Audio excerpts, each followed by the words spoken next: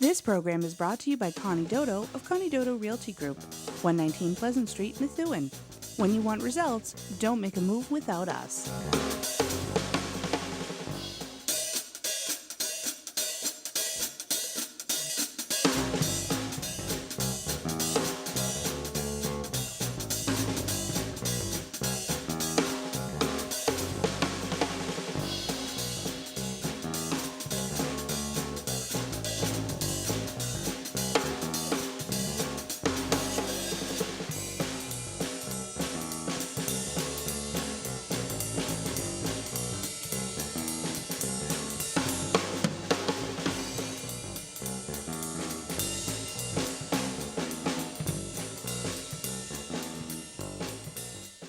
Welcome to Dodo Real Estate View. As many of you know, you always ask us to give different topics, and one topic that most people have called in, a few people actually, is about solar energy. And today we have Andy Belden here, who's with the Massachusetts Clean Energy Center, and he's a renewable energy generation senior director there. He's had many years of experience. He worked elsewhere prior to this. He has developed and engaged initiatives including up to $30 million worth of solar programs.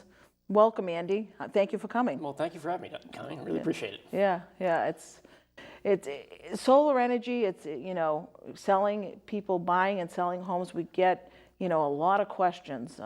Yeah, I can imagine. We've seen the solar market here, particularly the residential solar market in Massachusetts, really grow over the last 5 or 6 years. So I can imagine you're getting a lot of questions from folks trying to understand the technology, understand the benefits, the costs, things like that. Correct. And a lot of times people always say, why should I do solar, or should I? Sure. Yeah, and so what we're seeing in Massachusetts, as I mentioned, is really almost explosive growth in residential solar.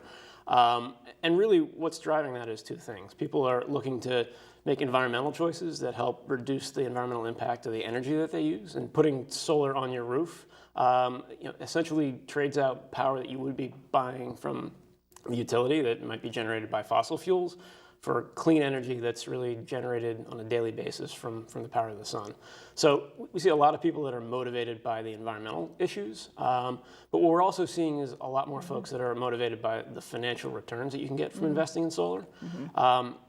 We're very lucky in Massachusetts in that financial returns for residences that install solar and own those systems themselves, they can be on the order of 5 or 6 or 7 years payback. So it's a pretty good investment right now in Massachusetts to own solar on your home. Yeah, and again, there's so many questions out there. So I know there's different programs. Sure. And maybe talk a bit about your role. Sure. And you work for the Commonwealth of Massachusetts, Yes. And you're not a solar company. So there's a difference, and then maybe talk a bit about that, and then we can get into the ups and the downs and the different types of solar. So I work for the Massachusetts Clean Energy Center, and we're the economic development agency charged with growing the clean energy economy in the state. And we do that through a whole series of different policies and programs. So we make direct investments in early stage clean energy companies. We do a lot of work on workforce investment, making sure that as these clean energy markets grow, the Commonwealth has the individuals to fill the jobs that are being created by these markets. But what we also do is we provide direct incentives. So we provide incentives for things like air source heat pumps or ground source heat pumps or biomass heating systems that some of the folks who may own homes up in this area might know about. But what we also do is provide loans to homeowners who are looking to put solar on their roofs. So right now, my organization is running something called the Mass Solar Loan Program. And so that's a program that's put forth through a series of local lenders in the state. And we work with 12 lenders currently and nearly 100 solar installers. So what our program does is it provides an easy, standardized loan offering for homeowners who are looking to go solar and own those systems themselves. So that's the program that we run. But there's also other programs in the state that help support solar and incentivize people to make that investment. And there's actually some incentives as well at the federal level that people are probably interested in. Right. So Yeah, I mean, you're talking a lot, you said a couple of things. You said one thing about solar, and then you talked about, heating systems and so forth, the programs that you have for that. Maybe you can touch a bit on that. I know we're talking about solar. I know absolutely. that's and so that's another key focus of our division at the Massachusetts Clean Energy Center. It's called clean heating and cooling. So right now, the traditional options for heating are oil or natural gas, or believe it or not, some people are still heating in Massachusetts with electric resistance heating, which is really expensive. So that's the old baseboards that you turn up and you can kind of smell the electric heat. right. So there's this new suite of technologies that are out there for heating with clean energy. So one of them that we see used pretty frequently is called air source heat pumps. And there's a whole suite of new air source heat pumps that can work at very low temperatures. And these are, you may see them in small businesses, you may see them in a couple of residences across the state, but they're essentially like big air conditioners that you can use for heating, either just a room or even your whole house. So that's a technology that we're currently incentivizing, and we've seen a lot of uptake in that, because one of the side benefits of that is not only can it provide cost-effective heating, but it also can be used for cooling. So if you have a house and you want air conditioning, but you don't want to go to the... Is that like a Renai heater? Kind of. Okay. So if you want air conditioning in your home and you don't want to use those window units, but you don't want to go to all the trouble of going in and putting all new ductwork into your home, those air source heat pumps are a great option. So we provide incentives for that. We also provide incentives for wood heating systems. So things like centralized wood boilers that heat with wood pellets. And that's a young market here in Massachusetts, but we have a lot of resources in the state and frankly in New England that can help serve that, and it's a clean technology. Yeah. Now, what are some of the incentives? So the way our incentives are structured, they're mostly just rebates. So if, say, for instance, you're installing an air source heat pump and the cost of the system is $3,000 or $4,000, we'll provide a rebate, maybe up to $1,200 for that system. So we help buy down the cost of the technology to make it more economical for people to choose these options. That's a good option. So yeah. Back to solar. Yeah, back to solar. Yeah. So a lot of people I frequently talk with, again, they say, there's an upside and a downside, and the biggest concern people have is if I put, what's the cost to me of putting them in? Yeah. And the second part of that is if the roof needs to be repaired or replaced, who absorbs that cost? Sure, absolutely. And this is a relatively new technology. People didn't grow up with solar on their homes, so they have a lot of questions about it. And those are two of the ones that we get pretty often. In terms of cost, it really depends. So if you have a huge suburban house with a large expanse of kind of south-facing roof, you can put 20, 30, 40 panels on that roof, and that might cost $30,000, $40,000, $50,000. For smaller homes, there's systems as low as $7,000 or $8,000. And it really depends on how much power you use in your home and how much power that system's going to generate to really define what your economic value of that system is. So it may be a $40,000 system, but it may pay for itself in the course of 4 or 5 years. So does it go with the obviously square footage because the breadth of the roof line, and does it depend on if there's a lot of peaks and valleys in the roof? Yeah, so that's one of the things that gets kind of factored into the price of the system. If you have a complex roof with a number of different facing areas, that's going to be more expensive. But that said, complicated roofs are a thing we have in New England. We have a lot of homeowners who are going solar with those types of roofs. I'm sure there's different types and cost of different solar, I would assume. And for a lot of folks, they may look at a solar panel and they all may kind of seem like they're alike. But there are dozens and dozens of different manufacturers that are providing solar panels that are being used in Massachusetts, and they have different features for each. Some of them are really high-end, high-efficiency panels, so you can put fewer panels on your roof and really generate the same amount of power. Now, for those panels, you're going to pay more. And then there are more mid-grade panels that may be less efficient, but still are durable and great options. So it really depends on kind of what you're interested in. They all have kind of different track records and different warranties. So there's a lot of options to think through if you're a homeowner and you're interested in going solar. So if you put panels on, I mean, do you have to buy them? Do you lease them? Yeah. So that's another thing. There's a whole series of different ways that people are financing these solar systems. So the simplest and most traditional way is just to buy the panels yourself and pay cash for it. And that's probably not an option for everybody out there, for sure. So there are also loan options available. And our organization offers a loan option, like I talked about. And if you could go to masssolarloan.com, you can learn more about that program. But people also will go out to their traditional lenders and go for a home equity line of credit or a home equity loan or an unsecured loan, just like they would do other home improvements. Say if my electric bill currently is $200 a month. If I had solar panels, what would the cost be? Sure. So it really depends on what you're able to put on your roof. If you have a big roof and you can kind of fill it with solar panels, $200 a month, you could probably reduce that down to zero. So we definitely see people come through our programs who are able to completely zero out their electricity bill. And some of them actually sell some power back to the grid, and then they can transfer that power over to a friend or a neighbor or something like that. So if you have the right combination of load in your home in terms of the amount of electricity you use and the amount of roof space you have, you're definitely able to zero out your electricity bill. How long do they stay? Can they last on a roof? I mean, is there a time period? So these are pretty durable technologies because there's no moving parts in a solar system. It's just a couple of pieces of silicon sandwiched together that produces electricity. So because there's no moving parts, there's not a whole lot that can break.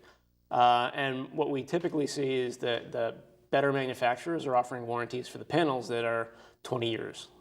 So one of the things, and this touches on a point that you were discussing earlier, about the roof. Right. If you're going to install these things, you're going to want to not have to take them down and then put them back up because there's a cost there. So one of the things that we advise people if they're thinking about going and installing solar is to think about the age of your roof, think about when you're probably going to need to replace it, and then make a decision about whether it makes sense to put those solar panels on now, or maybe it makes sense to replace your roof first and then go put solar panels on. Now, in terms of that, if you purchase the solar panels, it makes sense that you would be responsible to repair roof and if the solar panels are replaced. Absolutely. But if you lease them? Yeah, so this is another option that we didn't get to in terms of financing, and this is called leasing or third-party ownership. And this is another popular financing option that's really kind of been driving the market here in Massachusetts. So under that structure, a third-party company comes in and installs the panels, but they also own them over a 15 or a 20-year period. And what you do as the homeowner is you buy the power that that system generates at a discounted rate. So there's an economic benefit there for you. There's an economic benefit from the system owner as well because there's various. Do they sell a portion of it so you get some of it maybe? You get, well, the way it works is you get all of it, usually. But some of the federal incentives that are available, they're actually pretty substantial tax benefits. There's something called the investment tax credit, and there's another thing called accelerated depreciation. So those are highly valuable for a company. And so when they go out and they buy that system on your behalf and they own it, they get to monetize all those benefits. So they sell you the power, but they get all the benefits of that contract for the power, but they also get all the benefits of those federal tax incentives. So that's why we've seen, to a large degree, the market grow very rapidly in Massachusetts because of those tax benefits. Third party. Yeah.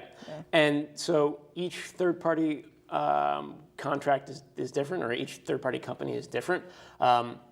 One of the things that we strongly encourage people to do, whether they're signing any solar contract, whether it's just for someone to build the system and put it on your roof for you to own, or whether you're entering into a third-party agreement, is make sure that you understand the provisions in that contract. And some of them can be relatively lengthy, but ask questions, ask more questions, and make sure that you understand things like what happens in terms of a roof replacement. Because for some of them, there may be a one-time exception where they'll take the system down and you could pay for replacing the roof and they'll put it back up.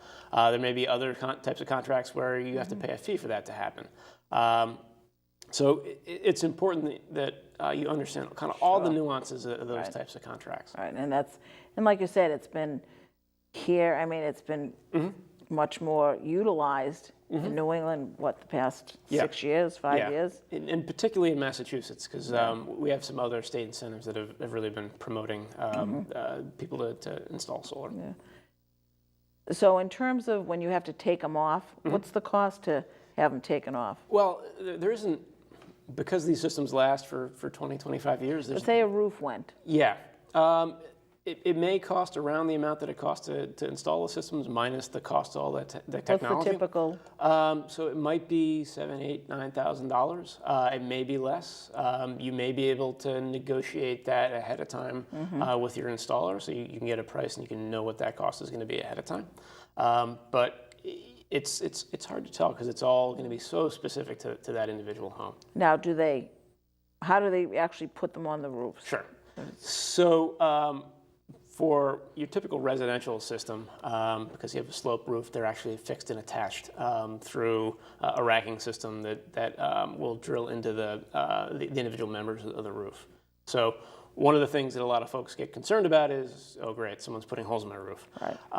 So many of these, and actually all of the systems that come through our program have specific warranties that protect people against things like roofs that leak and things of that nature. But it's an issue that the industry has always been very careful about, and we don't really see a lot of kind of horror stories of people putting holes in roofs and not appropriately sealing them. So it's a concern, and it's a thing the industry largely has under control.